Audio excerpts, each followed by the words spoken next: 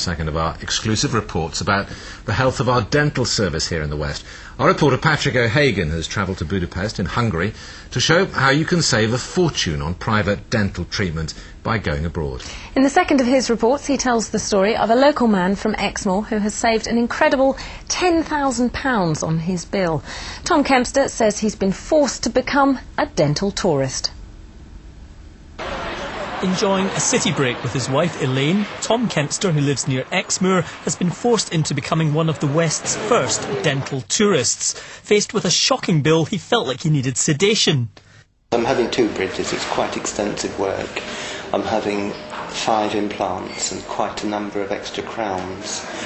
In England, that would probably come to £17,000, whereas here it comes to about £5,000. Tom searched the internet and discovered that Budapest is a centre of excellence for dentistry. He booked some cheap flights and found a reputable agent who had already vetted Hungary's best dentists, so he ended up at the Implant Center for treatment.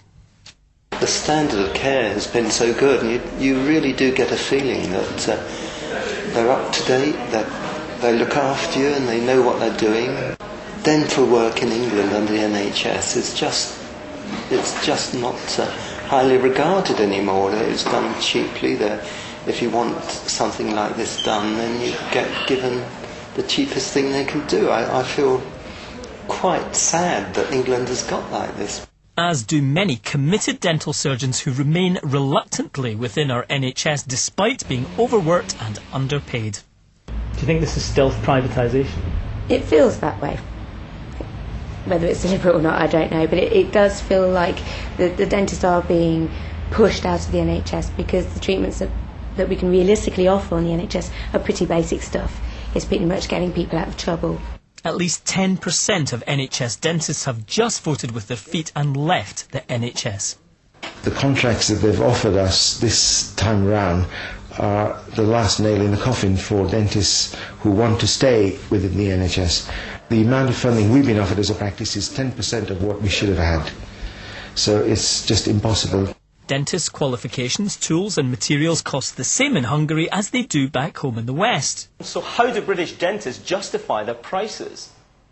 They're using the same materials, they're using the same Brennermark implants, the qualifications are the same, the training is identical.